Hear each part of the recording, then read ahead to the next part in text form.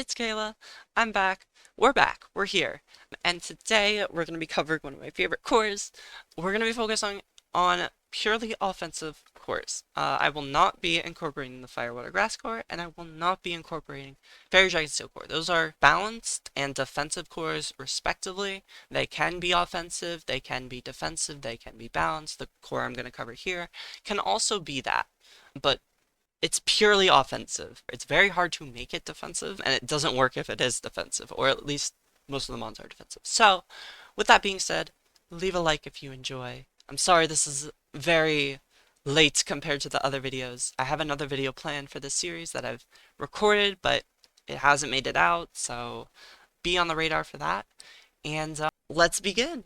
So, the core that I've alluded to is the Fighting Dark Psychic core. It's one of my favorite cores of all time. I think I've really started to like this core since my UBDL draft with Chien-Pao, Breloom, and Espeon. It was a really good core because they just covered each other extremely well. They hit types that you need to, like water types, which is something fighting Dark Psychics, they're not going to get that hit, and water is such a popular type. And then we also have ice, which is like it's gonna hit grounds, it's gonna hit flying types. It covers a lot of bases that are the core's weakness, right? And when you're focusing on a core, that's the thing you should be looking for. What is this core weak to? How would an opponent exploit it? And how can you make it better? So I showed an example with that. The best part of the core is if you get the types that you can't hit and you improve that, as well as hitting on the right side. Getting a water fighting, depending on the mon, can be really tricky because water is the special type and fighting's the physical type, so matching those two can be really beneficial depending on the mon, and there's other factors that go into it, obviously. And for example, I didn't match the cores at all. Dark is a special type, ice is a special type, grass is a special type, so I didn't even match the cores correctly, but because I'm getting those coverage spots, it just works. And also Chien-Pao is just a good mon. Another thing with this core is something outside of the core, and that is the ghost type. I think when you're looking at this core, I'll just put Caloric Shadow in, because why not? When you're looking at this core of fighting Dark Psychic, it's really bad defensively. It just is a bad defensive core because you're not getting those valuable types, and if you are getting a water or steel type, it's not great offensively, so it's like, why even use it? There's exceptions. Dragon's really good offensively, Fairy's really good offensively, but the steels aren't really good that offensively. I would even throw water in as not that great offensively. Same with grass, depending on the team. They just aren't offensive types, and they can hit those defensive types, but they get stopped so easily by other stuff. Grass runs into grass types, it runs into fire types, runs into flying types, runs into steel types. There's so many resists, and you can look at every type for that, but why ghost types? Ghost types are really good because they hit every type, except normal and dark. And you already have fighting types to deal with that. So ghost is kind of the extension, it's the DLC of this core, and it can be really, really good if done correctly. The best examples, in my opinion, are fast ghost types. You have Gengar for the obvious ones. You have Dragapult for the obvious ones. I would even throw Goldango in there with Scarf if you're planning on using it primarily like that. It's really good. Zoroark is something I am not a fan of using it, but it can be really good. Froslass is really good. Mismagius is really good. Typhlosion, Scarf is really good. So you can tweak it to make your rules work with it.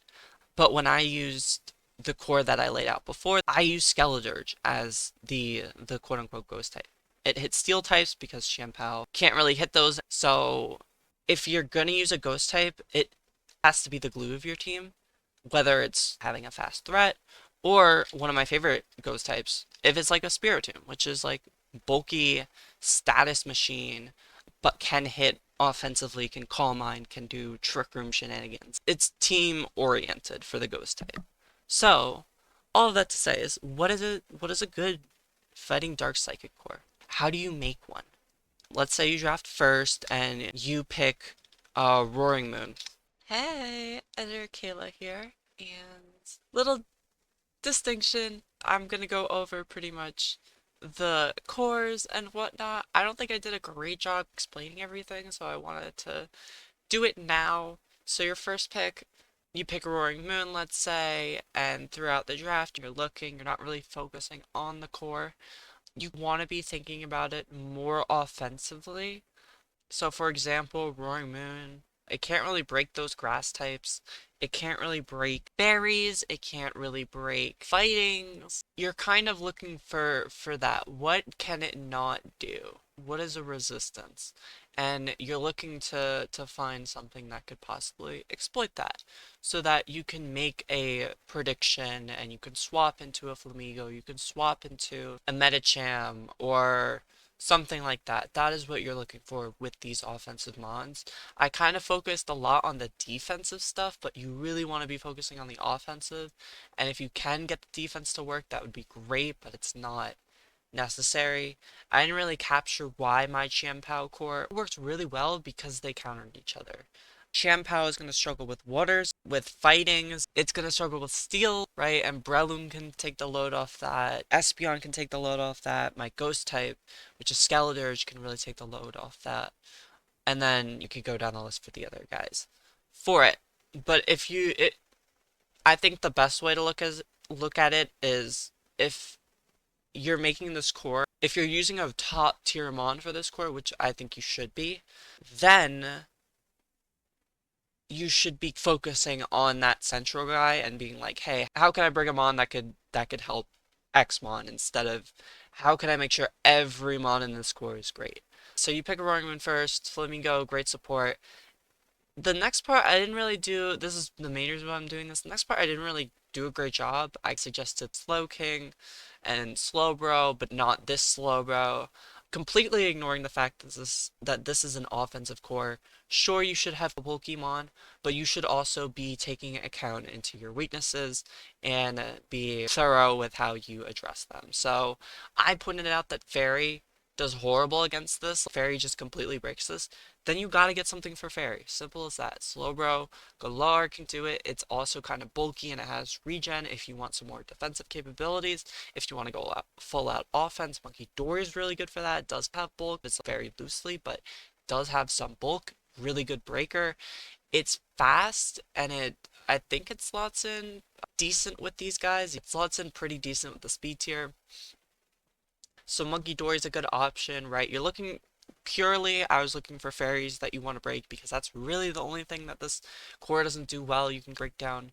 I guess fires are really tough to break down, but there's not a lot of bulky fires out there, so that shouldn't be too much of an issue.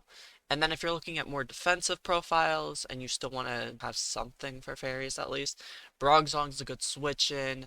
It gets rocks, which is really nice. It's going to be a central part of your team probably. Same with Iron Crown. Definitely more offensive than they're not very similar in their roles. So if you're looking for more offense, Iron Crown's your option. If you're looking for defense, Brogzong's your option. So I hope that clears things up. And I'm going to let Kayla do her thing.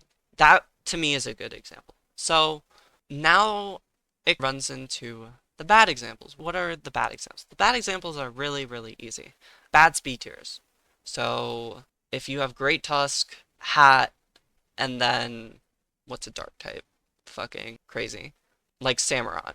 This team is incredibly slow, or at least this core is incredibly slow. It can be good just because these, honestly, the resistances aren't that bad, and you do still have two bulky mons, you have the offensive guy, but it's just really, really slow.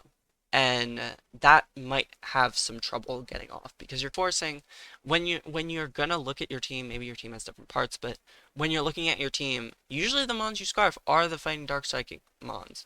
So you're probably gonna have to be running Scarf on Samurott for a lot of it, and you might be running Rapid Spin Great Tusk or Booster Energy Great Tusk. No, you can't do that, right?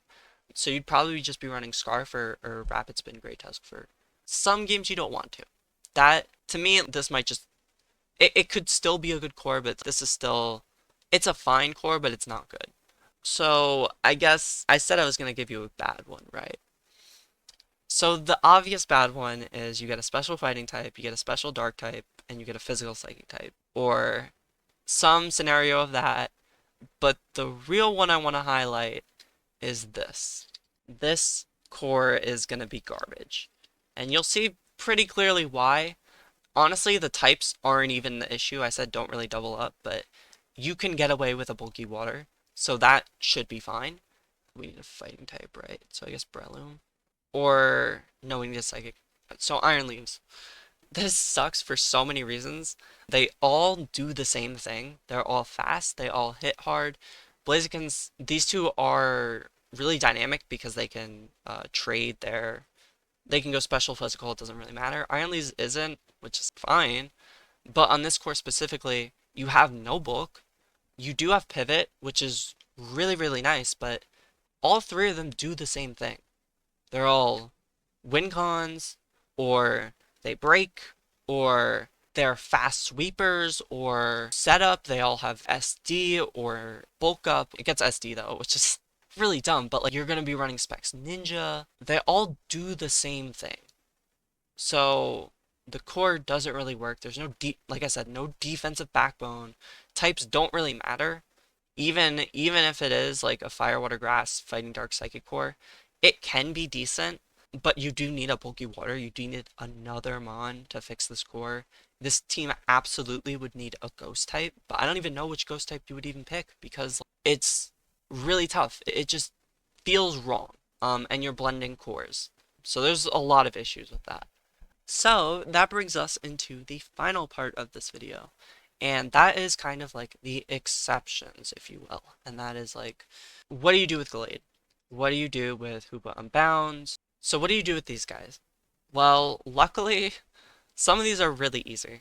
Gallade and Medicham, really fortunate because they're only hitting on the physical side. So with these, it's really easy. You just pick up a psychic type and you just run it specially. You pick up a fast special type or you pick up a bulky special psychic type, depending on the team. The other easy one is this one. Urshifu and Scrafty are very similar because high attack stats, but that's really it for for what is the same because this has pivot, this is bulky. But these two are very similar. It is fill by need. Usually you're just gonna get a special dark type to finish out the core, but maybe another fighting type, but usually you just go special dark. So both of these special dark, both of these special psychic, bulky if you need it, or breaker if you need it. So that brings us to the Hoopa theorem. Because Malamar, like I said, it is just fill by committee. I would recommend just pick up another psychic because of the special attack, but really depends. And if you're picking up Malabar, you're pretty desperate. So Hoopa Unbound. What do you do with Hoopa Unbound? If you draft Hoopa Unbound, what do you do? There's a lot you could do. You can just have a 2 Pokemon core because does this mon get U-turn? No. But you can pick up a Flamigo or something that has pivot as a fighting type. And you could just run these two. It's very team dependent. You can run, because you can run knockoff or hyperspace or whatever, and then it actually doesn't, it gets Zen, which is really not great, but it's still at least Psychic Stab, so it's like whatever. But you can also, clearly you can also just run Dark Pulse and Psychic or Psyshock or Psychic Noise or something. So what do you do? What do you do? Because you can interchange them. What do you do? It's team dependent. What does your team need? Do you need a faster dark type that can sweep? Do you need a bulky? Umbreon to me is my answer, right? Because you already really have the good dark type and you still have really good psychic stuff. You just have both good stuff. So if you get a dark type, you can still switch in with Hoopa. You can still switch in with the two of them. The only issue is U-turn is a big issue, but if you baton pass with Umbreon and you're slow, I don't really see an issue with just having a fighting and a psychic dark with a wish support, or a fighting type and Hoopa and wish support for the core. You can also very easily, like I've been saying, just get another dark type on the special side, or get a psychic type on the physical side, since you can fucking do that. It's really up to you what you do with Hoopa Unbound. It's up to you what you do with the fighting type that surrounds Hoopa. It's up to you if you want another psychic or dark type, depending on your team. And it's up to you if you want that wish support from preferably a dark type, but you can go with a psychic type. I just don't really know what could go around it. Or Sylveon is a good one. Togekiss is a good one. But Hoopa's really weird. It's a really weird case, but I hope that is helpful. So that's about it. This is my favorite core of all time. It's so fun. If it's your best core, that's not a good sign. It should be your most feared core, but it shouldn't be your best core, if that makes sense. I hope you enjoyed. I hope this was helpful, and I will see you guys next time. Hopefully not in 2 months. So have a great one and peace.